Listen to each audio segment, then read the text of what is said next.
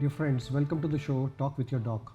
I am Dr. Prashant Jani, and with us is today Dr. Nana Jumah.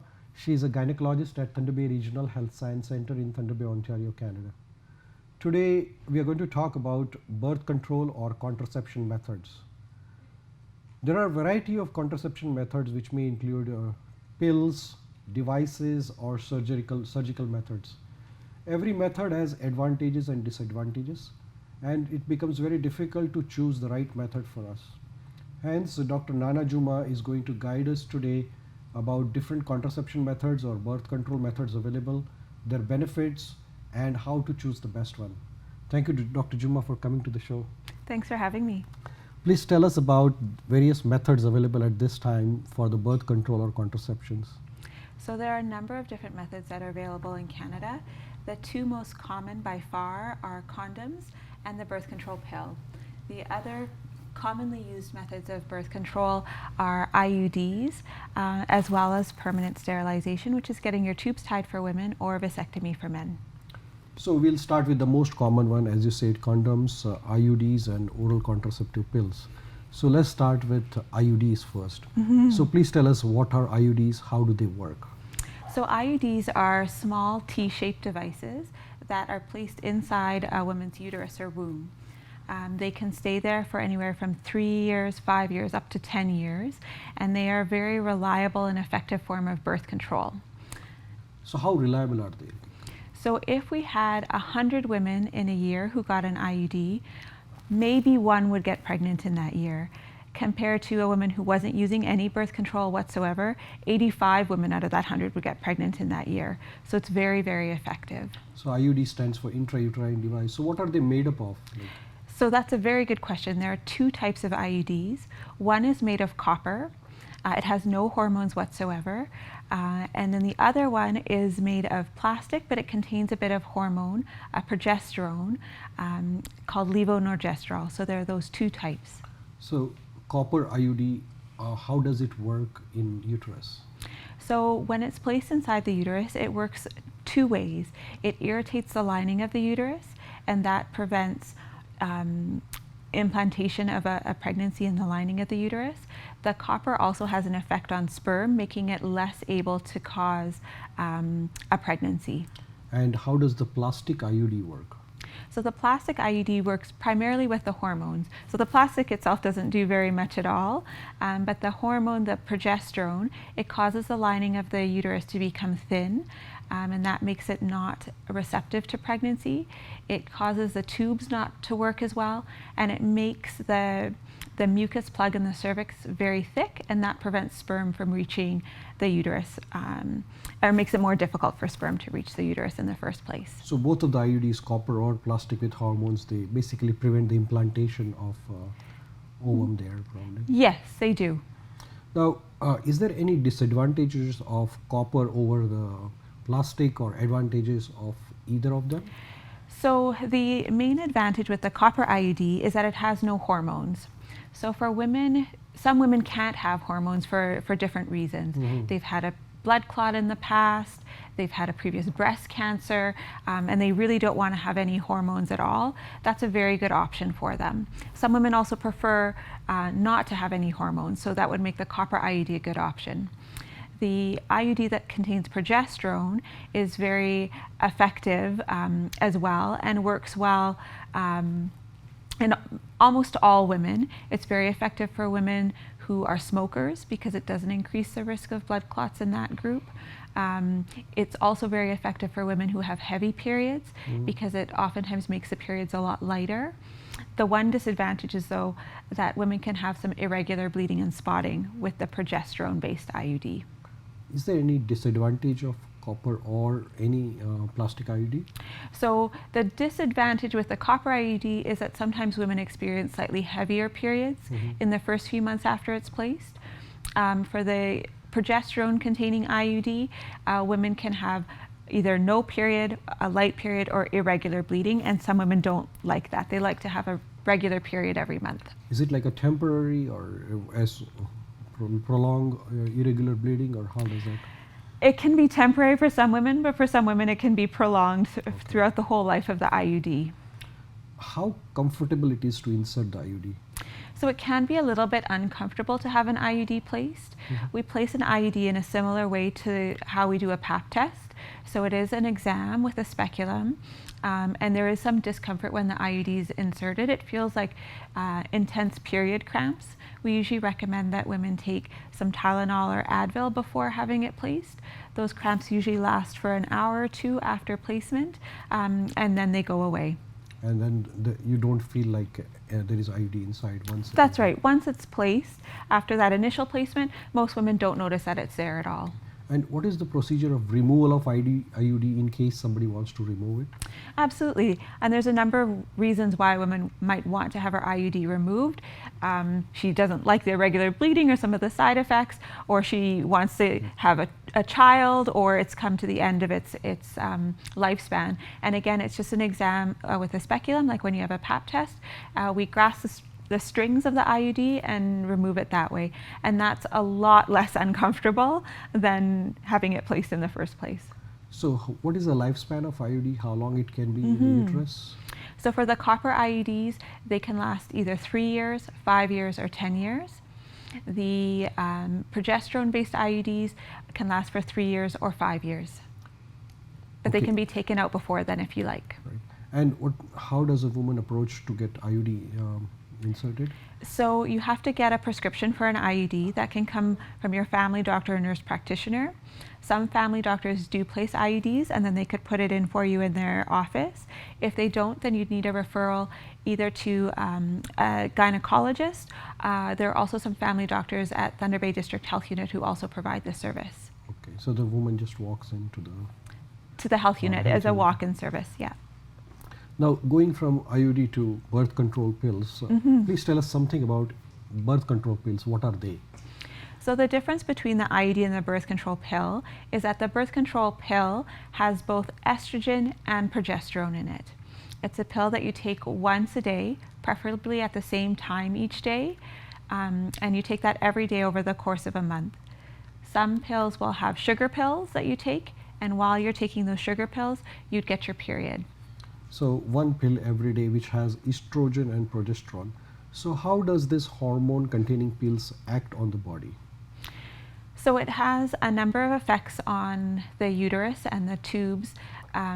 It makes the lining of the uterus thinner. It makes the tubes not function as well as they should. And it also makes that mucus plug in the cervix a lot thicker, which, just like with the progesterone IUD, makes it harder for sperm to enter the uterus. In addition, it also causes a woman to stop ovulating. So she's not releasing an egg each month. And so it's by those two actions, stopping ovulation and making the uterus less receptive to pregnancy, that it has its birth control effects. And how effective are the birth control pills? So the birth control pill is not as effective as the IUD. So I said for the IUD, if 100 women had an IUD in a year, maybe one would get pregnant. For a birth control pill, if 100 women use a birth control pill in a year, around 10 would get pregnant. Oh, that's about 90%, and that one is 99%. Exactly. So it's still very effective, because if you didn't use any birth control, 85 women in 100 would get pregnant. So it reduces your chance of getting pregnant, but it's not the most effective. We'll take a short break and we'll continue our discussion in the next part. Please stay back for the next part. Thank you.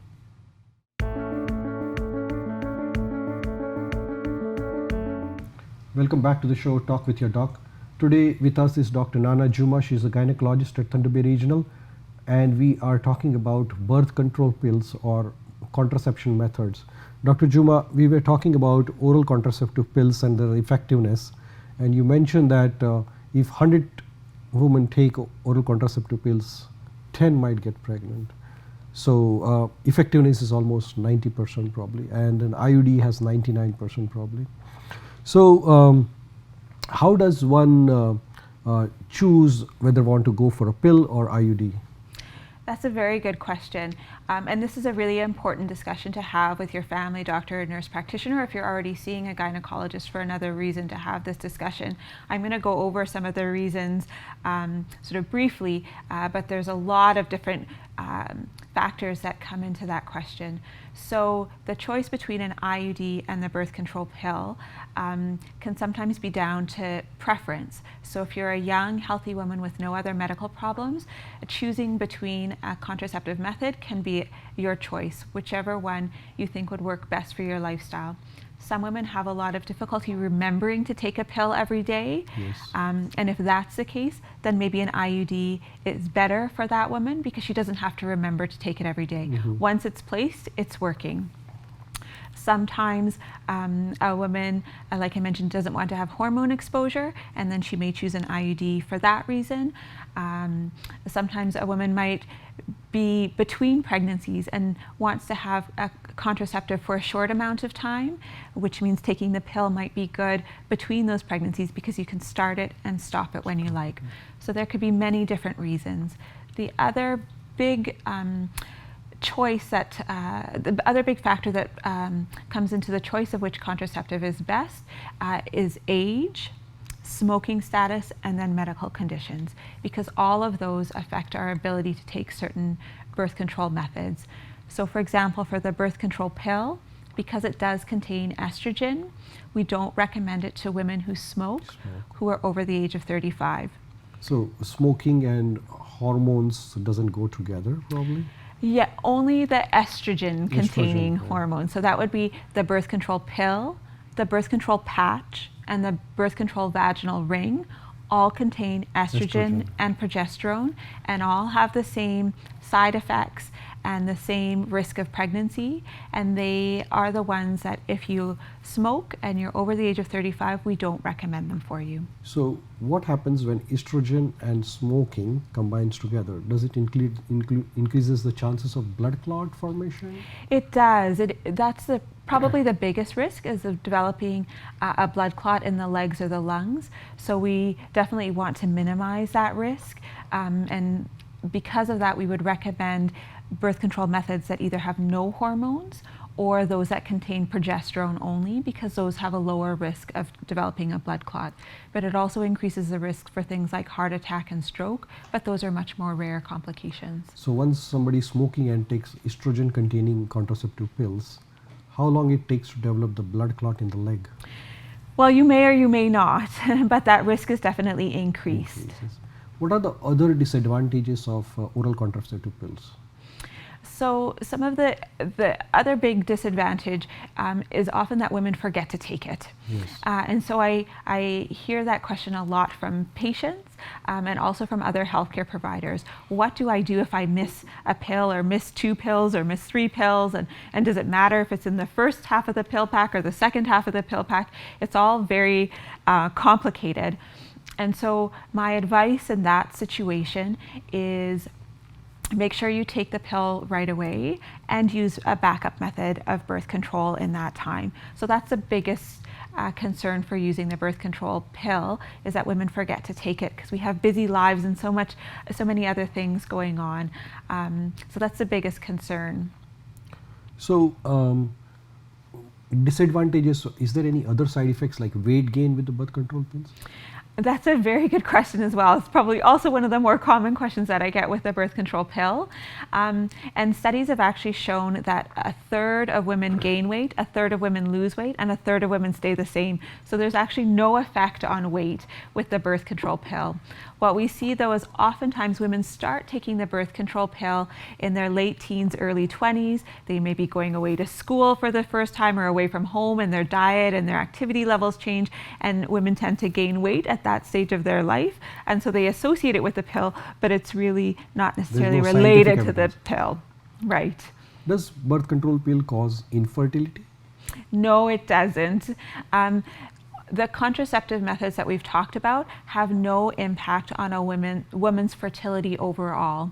What we do see though is that as women age, their fertility declines. That's just related to age and changes in our fertility over time rather than the birth control method. So a woman who's 20 who's using contraception is very likely to get pregnant if she doesn't use birth control. But a woman who maybe has been using contraception all her life and is now 35 and wants to get pregnant will have a much harder time, and that has nothing to do with birth control, just age-related changes in fertility. Does birth control pill cause cancer? No, the birth control pill doesn't cause cancer. You're touching on a lot of good misconceptions that we hear a lot about in our practice. Actually, what we know is that for women who use a birth control pill for 5 years or longer, the risk of uterine cancer is actually lower than that for women who don't use a birth control pill. And that we think is associated with the effect on reducing ovulation. So women don't ovulate while they're on the birth control pill. How about the breast cancer and ovarian cancer risk? So for ovarian cancer, that risk is lower as well. And for breast cancer, we don't see any change in risk that we're aware of. So there is no effect of birth control pills on the cancer as such? Not That's as a that we know. misconception. Yes. Yeah. Now you mentioned that there are two types of oral contraceptive pills, progesterone only and estrogen and progesterone. That's correct. So which one should select and how does one choose? So the estrogen and progesterone combined birth control pill is, like I said, you take every day, and then you have some sugar pills for part of the cycle where you get your period. Those are very effective in terms of preventing pregnancy, and it's probably the most common type of birth control that's used for women in Canada. The progesterone only birth control pill is also available. We see that used mostly in women who are breastfeeding because it doesn't have any impact on milk production. Right. Or in women who can't use hormones for whatever reason, for a medical reason. They've had a previous history of breast cancer, for example, or they've had a previous blood clot or some other reason that would make them not be able to take estrogen. So that's really the choice between the two. True. The progesterone only one can be associated with irregular bleeding or having no period at all, and some women don't like that. Yes. And some women love it. Now, how does one get the pill? Do you need the prescription from the doctor? Yes, you do. In order to receive a birth control pill, either the progesterone only pill or the estrogen and progesterone combined pill, you do need to see your doctor, your family doctor or nurse practitioner to get a prescription.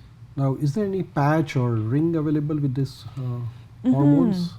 So the birth control pill, the same very similar formulation is available in a contraceptive patch that you use once a week rather than every day. So you don't have to take the tablets every day? You don't have to take the pills every day. You just put the patch on once a week, and a vaginal ring that you change every 28 days or once a month. They have the same side effects, the same risk of pregnancy associated with both of them. The only difference is for the patch in particular, it can't be used, or I shouldn't say that, it's less effective in women who carry a bit of extra weight. So we don't recommend it for women who carry a bit of extra weight because it's not as effective for them. Thank you, Dr. Jumah. We'll take a short break and we'll continue the last part. Okay. Please stay back for the last part of the discussion. Thank you.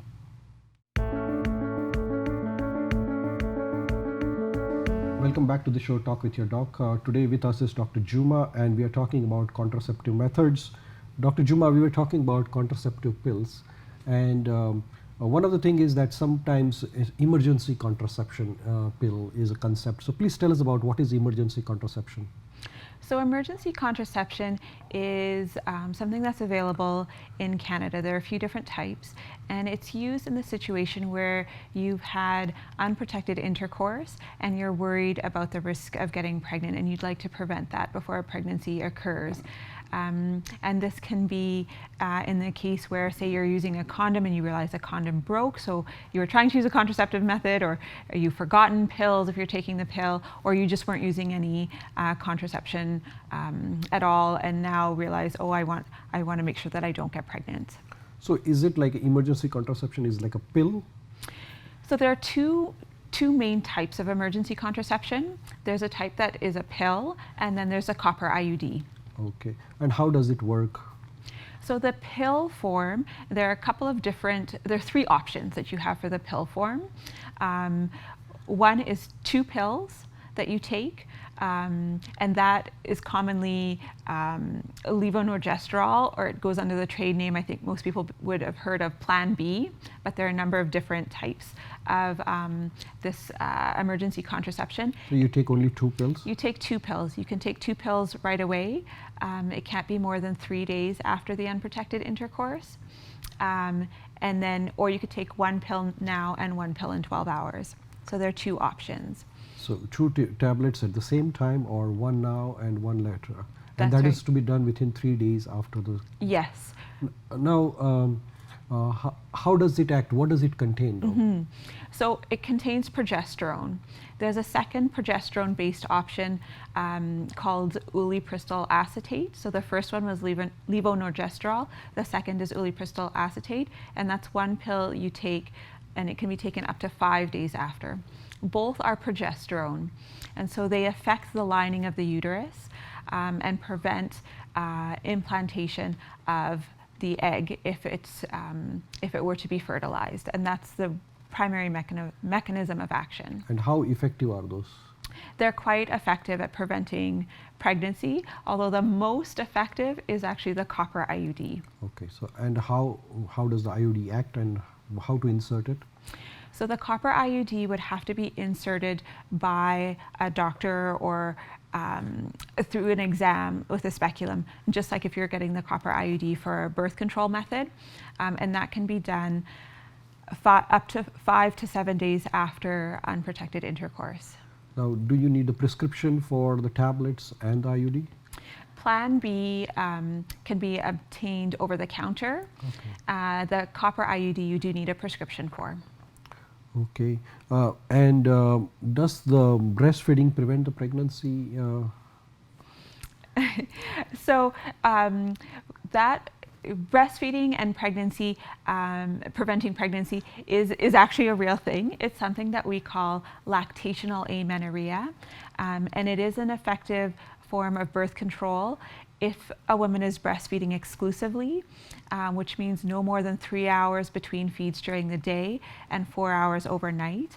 And it's only effective up until a woman has her first period. So if that happens in 3 months, then she would need to use another form of contraception after that, or up to 6 months if she's breastfeeding exclusively. Now, going over the condoms, how effective are those? So condoms are actually the most common form of birth control used in Canada. Over 50% of men and women use them for birth control, but they're not very effective. So the IUD, like I said, if 100 women used it, 1 would get pregnant. For the birth control pill, 10 would get pregnant. For condoms, about 20 would get pregnant in a year. So it does reduce your chances of getting pregnant, but it's not very effective at preventing pregnancy. The one big advantage of condoms is that it does help in the prevention of sexually transmitted infections. Yes. So for people who are sexually active, we do recommend using condoms even in combination with the pill or the IUD for that STI prevention.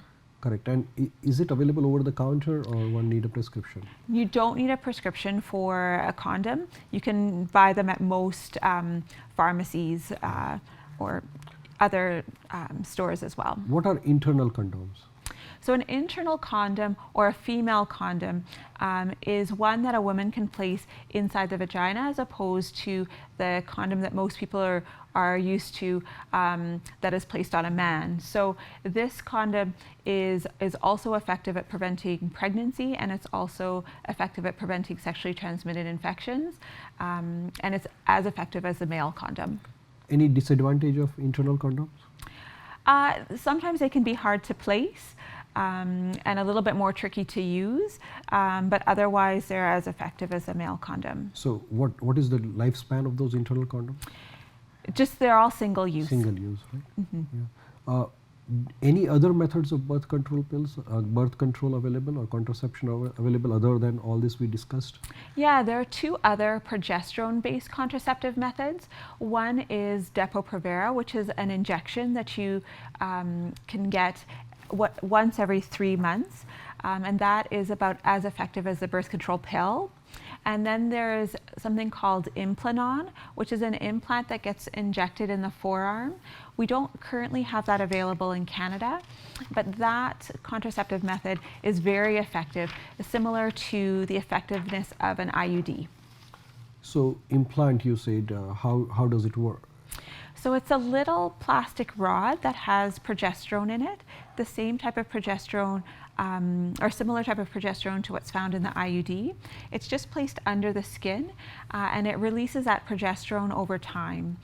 And that implant can stay in for a number of years before it needs to be removed.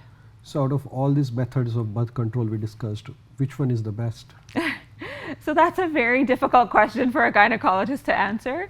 The best type of contraception is the one that's the best for the women that I'm seeing.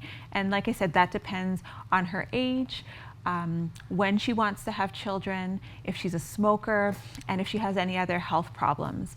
The type of contraception that's probably the most effective and works for most people would be the IUD, and that's either the copper IUD or the progesterone containing IUD. But still one needs to consult a doctor before one takes the decision.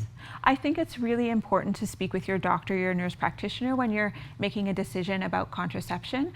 Sometimes women can be a bit hesitant to do that, and the Society of Obstetricians and Gynecologists of Canada has a helpful website that allows you to answer some of the questions that we've been talking about on a very personal level. It's called itsaplan.ca. Itsaplan.ca? Itsaplan.ca. ITSPLAN.ca. ITSAPLAN.ca, Okay. yeah. Itsaplan, yeah. And it has information about all different types of contraceptive methods, a short questionnaire that you can fill out to understand what your risks are and which contraceptive methods may be best for you. And sometimes that can be helpful when you go to talk to your doctor or your nurse practitioner about birth control. Thank you, Dr. Jumah. That was very useful information. We really appreciate your time. Thanks for having me. Thank you for joining for the show, Talk with Your Doc. See you again next time.